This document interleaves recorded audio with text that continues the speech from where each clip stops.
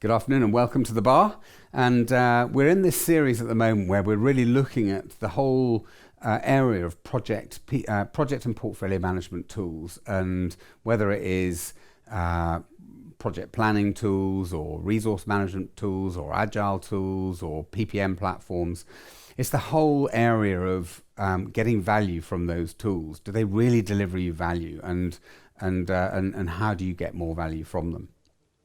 So I have first-hand experience from this because we sell our own PPM platform called Perform, and we come across these issues all the time, and so this is really sort of about imparting some of those issues and getting you to maybe think about them a bit and see whether you're aligning with some of the issues that we raise.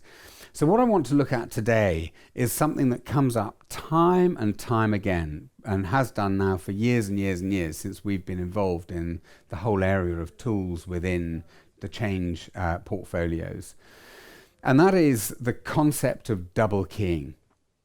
So the question I'm going to ask you, which is a bit of a provocation, is double keying good or is it bad? Now, I can almost hear you on the other end here looking at this thinking, how can it possibly be good? Because time and time again, we get people saying to us, we just want to make sure we don't have any double keying.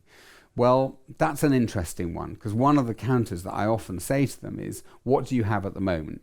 So if they currently have a set of reports that are delivered manually, or they have a PPM platform that they are doing their reports into, 9 out of 10 are then cutting and pasting from that PPM platform and putting it into a PowerPoint slide ready for the operations review or the portfolio review or the steering board or whatever it might be.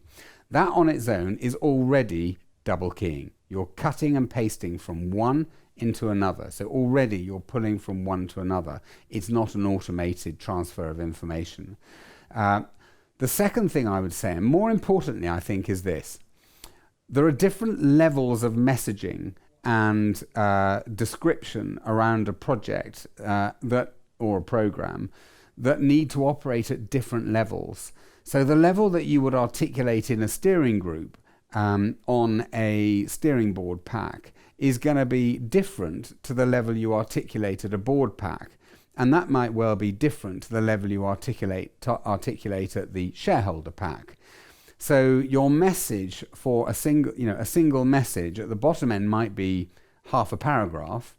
As you go up to more concise levels, you have to change that message to suit the audience, both the audience that you are communicating with, but also the time slot you've got and the level of importance you have against that particular issue. And sometimes you need to tailor it slightly.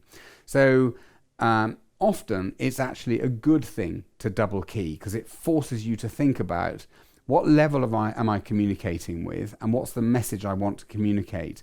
I can't just take a simple pull this through up to here because that will do the job. It almost certainly won't. You need to consolidate the message down here to this level, and you probably then need to consolidate it again to this level. So in many cases, having an automated push through is actually dangerous, because you'll just pull through the wrong level of messaging. And often it is a good thing to double key, because if that's what you want to call it, because it's actually forcing you to think about the right level of message, the right message at the right level. Anyway, have a think about it. I have a LinkedIn profile. You're very welcome to send me your own views or thoughts on this. I'll always try and respond if I can. If you've got challenges you're facing that are in this space around portfolio, project management tools or whatever, let me know and I'll give you a view. And that costs nothing. So I'll always do my best to respond. Cheers then.